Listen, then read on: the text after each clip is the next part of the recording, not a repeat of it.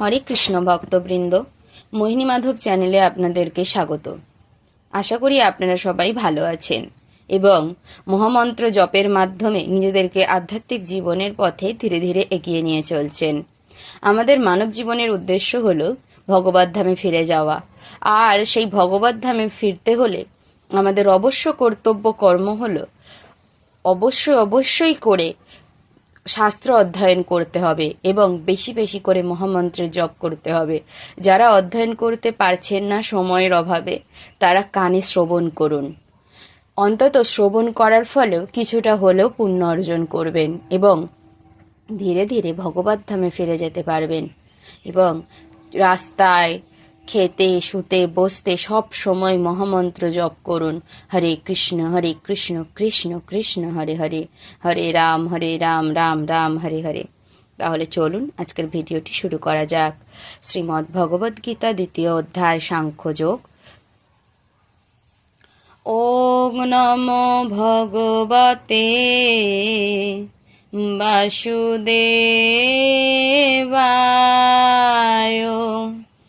ওং নমো ভগবতে বাসুদেবায়। ওং নমো ভগবতে বাসুদেবায়।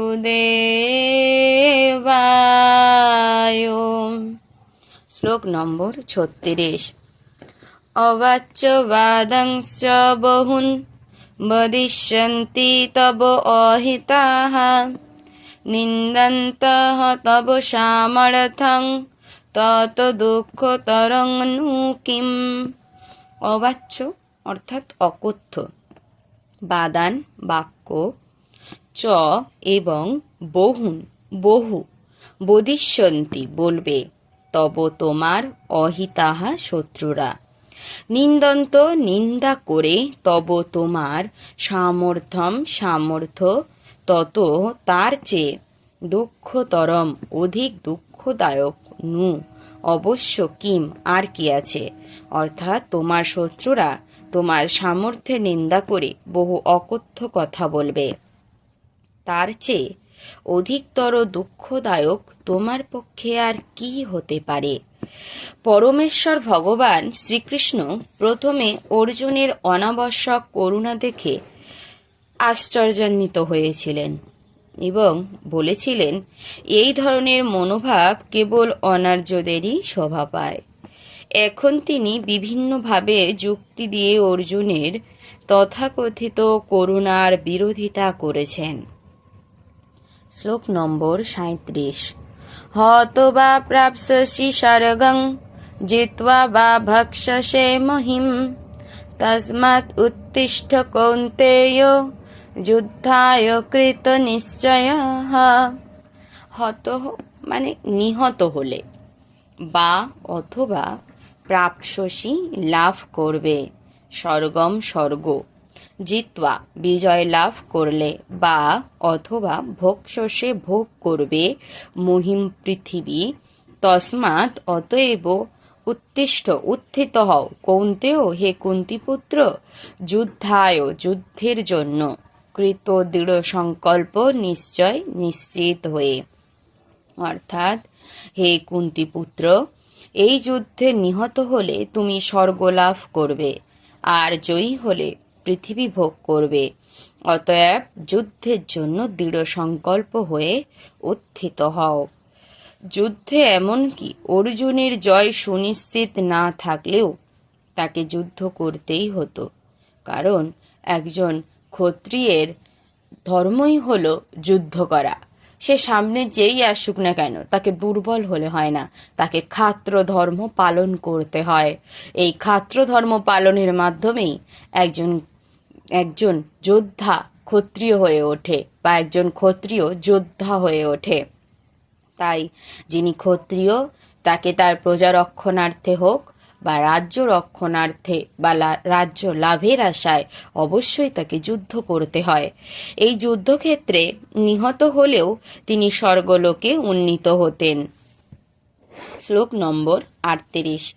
সুখ দুঃখে সমে কৃত্বা লাভালাভৌ জয়াজয়ৌ তত যুদ্ধায় যুজ্যস্য ন এবং পাপম অবাপ্স্যসি।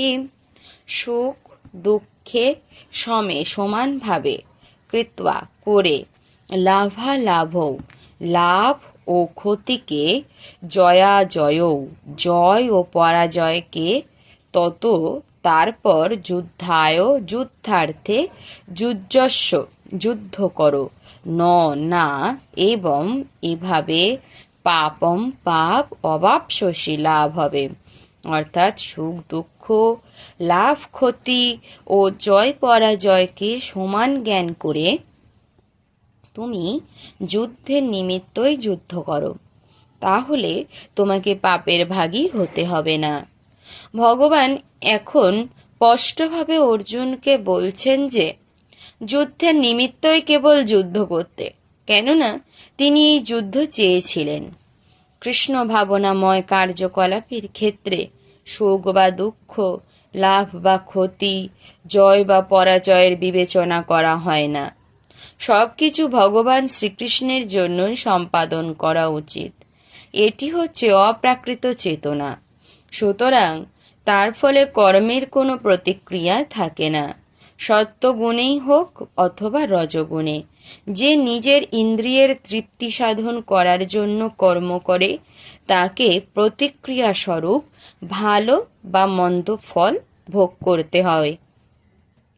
কিন্তু যে কৃষ্ণ ভাবনাময় কার্যকলাপে সর্বতোভাবে আত্মনিয়োগ করেছে, আর তার সাধারণ কার্যকলাপের মতো কারো কাছে বাধ্যবাধকতা থাকে না, বা কারোর কাছে সে ঋণী থাকে না। শ্রীমদ্ ভাগবতম বলা হয়েছে,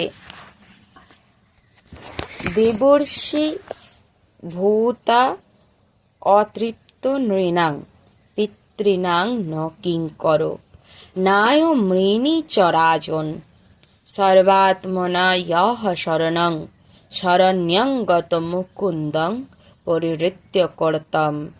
অর্থাৎ কি, যিনি সমস্ত কর্তব্য কর্ম পরিত্যাগ করে শ্রীকৃষ্ণ বা মুকুন্দের চরণে নিজেকে সর্বতোভাবে উৎসর্গ করেছেন, তিনি দেবতা, ঋষি, জনসাধারণ, পিতৃপুরুষ কারোর কাছেই ঋণী বা বাধিত থাকেন না। এই শ্লোকে অর্জুনের প্রতি এটি শ্রীকৃষ্ণের পরোক্ষ ইঙ্গিত, এবং পরবর্তী শ্লোকে এই বিষয়টি আরও স্পষ্টভাবে আলোচনা করা হবে।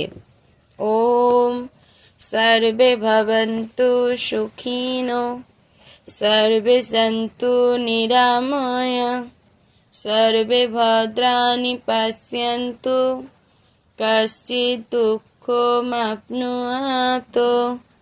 ওম শান্তি, ওম শান্তি, ওম শান্তি।